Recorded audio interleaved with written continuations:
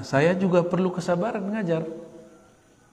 Dulu waktu kita awal-awal ngaji, itu yang hadir cuma 3 orang, Pak.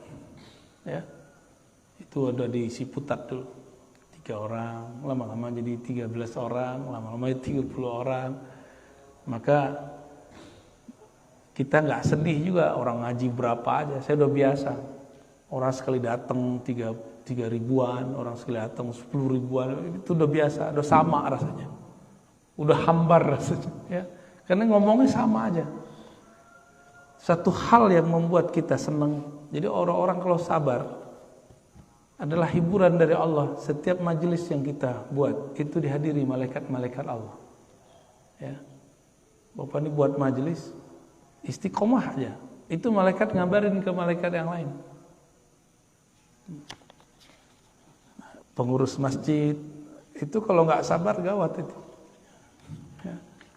Jadi guru harus apa aja dimensi hidup kita harus punya as-sabr, ya, kesabaran. Nah, semoga sifat sabarnya ada dalam diri kita semua. Nah, sabar itu mesti diuji. Maka ada indikator-indikator untuk mengujinya. Ada media-media ya untuk mengujinya. Nah, nanti ada indikator kesuksesannya, ya. Apa aja medianya? Nah, dalam surah Al-Baqarah ayat 155, media-media untuk menguji kesabaran. Medianya bukan sosial media ya. Perangkat-perangkat yang Allah siapkan untuk menguji kesabaran. Ayatnya kita sudah hafal semua barangkali. وَلَنَبْلُوَنَّكُمْ بِشَيْءٍ مِّنَ الْخَوْفِ وَالْجُوعِ وَنَقْصٍ مِّنَ الْأَمْوَالِ وَالْأَنفُسِ وَالثَّمَرَاتِ وَبَشِّرِ الصَّابِرِينَ. Jadi pembuktian benar kan nih orang sabar. Maka diberilah beberapa alat uji. Pertama, bisyai'in, kami akan nabluwannakum, sungguh kami akan uji kamu. Jadi ini Allah ngomong pakai sungguh. Sungguhnya 2 kali, ada lam dan nun. Wala nabluwannakum. Lam pertama menunjukkan sungguh, lalu nun di belakang menunjukkan kesungguhan. Berarti 2 kali. Sungguh benar kami akan menguji kamu dan selalu menguji kamu. Karena ini menggunakan kalimat dalam bahasa Arab disebut fi'lun mudhari', ya. Kata kerja yang aktif dan selalu berlaku. Sungguh kami akan selalu menguji kamu. Dengan apa? Bisyai'in. Syai'in itu dalam bahasa Arab sedikit saja. Bisyai'in minal khauf, sedikit saja dari khauf, rasa takut. Waktu pandemi ada rasa takut gak? Awal-awal pandemi kan Depok yang nomor 1 ya, bener. Depok yang kena, yang tutup kompleknya di daerah Kalimantan. Kita baru dari Kalimantan, Pak, malam tadi saya baru sampai. Yang tutup kompleks itu yang kena Depok, kan lucu. Ya itulah bisyai'in minal khauf. Nah, khauf ini disebarkan melalui berita-berita, kata-kata orang. Galak bener itu dulu ya. Kita ikut jaga-jaga dulu ya. Komplek kita paling ini, kalau komplek Pak RT Pengasinan aman nih Pak Fahmi. Ya, santai-santai aja. Karena orangnya sudah dewasa ya. Tapi kalau di sini kan kompleknya newbie, Pak ya. Komplek baru. Bisyai'in minal khauf. Nah, ini pelajaran ke depan kalau kita nggak usah terlalu over menanggapi salah satu yang menakutkan. Ya. Bisa jadi ke depan virusnya bentuknya ada lagi. Dan saya udah berkali-kali mengatakan ini WHO ngomong bahwa virus ini ada 6, padahal virusnya waktu itu baru 1. Loh, kok dia tahu? Berarti dia dan yang buat virus udah kontak-kontakan tuh ya. Lu punya virus berapa gitu. Ujung-ujungnya ya bisnis. Tapi nggak ada perasaan tuh orang, nggak ada sisi kemanusiaan itu. Dan ini yang disebut kerusakan jawra, zulma, kerusakan yang di muka bumi yang itu rata. Nggak ada satu negara kecuali kena. Nggak ada Pak negara yang aman. Semuanya kena. Minimal kena beritanya. Wal ju', lapar. Nah ini berat ini. Ya. Saya masih ingat waktu pandemi itu sudah memuncak. Puncaknya bukan di angka pandemi, tapi di dompet.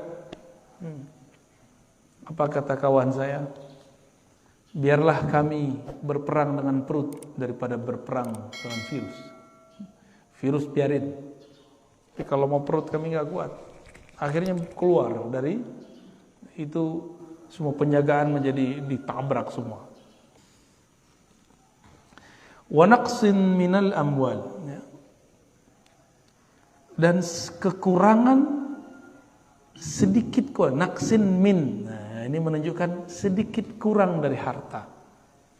Selama pandemi, Masya Allah juga banyak orang yang tadinya gajinya wow ya, mobilnya wow, perumahannya wow, tapi semuanya kredit.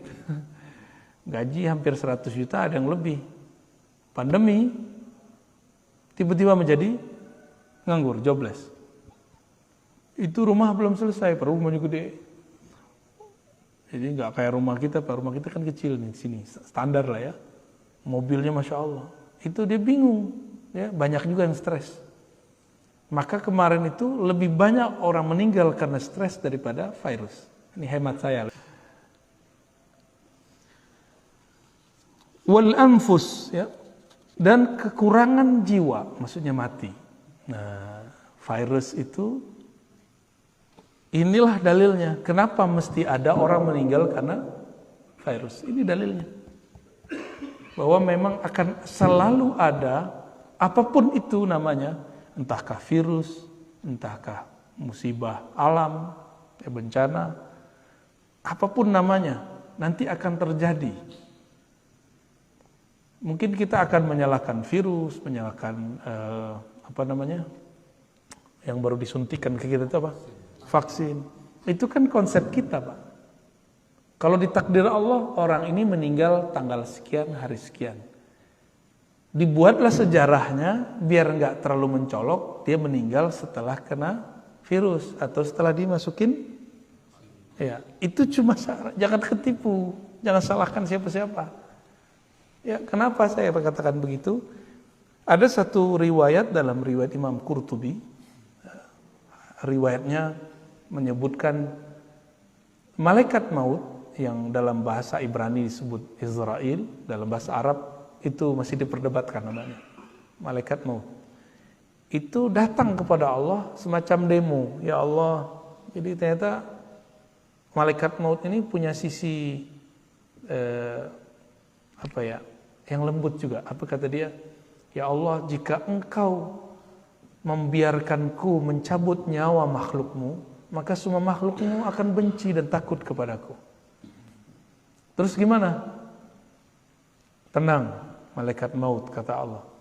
Aku akan ciptakan asbab-asbab, sebab-sebab, kejadian-kejadian yang dengan kejadian itu orang terlihat dia meninggal setelah kejadian itu, padahal itu kerjaan kamu. Ini malaikat maut setiap hari mandang kita, Pak. Bapak dipandang semua setiap hari. Kalau dia berkedip, mati kita. Ini gampang sekali bagi malaikat maut untuk mematikan kita. Dia sudah punya tanggalnya semua. Tanggalnya, detiknya. Ya, jadi kalau ada kawan kita meninggal karena virus, bukan karena virus itu yang membunuh dia. Banyak kok orang kena virus di luar sana, nggak mati-mati kok. Ya. Kawan kita tiap kali ada virus ini ada 3 ya, kena terus Pak, nggak mati-mati. Positif terus dia, nggak mati-mati.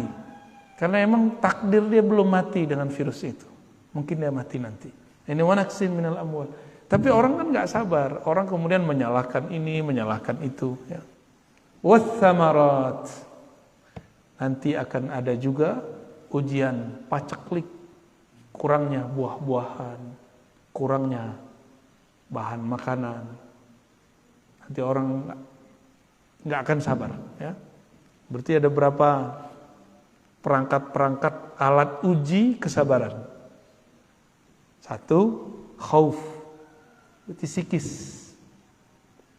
Ju, fisik, lapar. Harta berkurang, berarti fisik. Materi. Al-anfus, juga fisik manusia.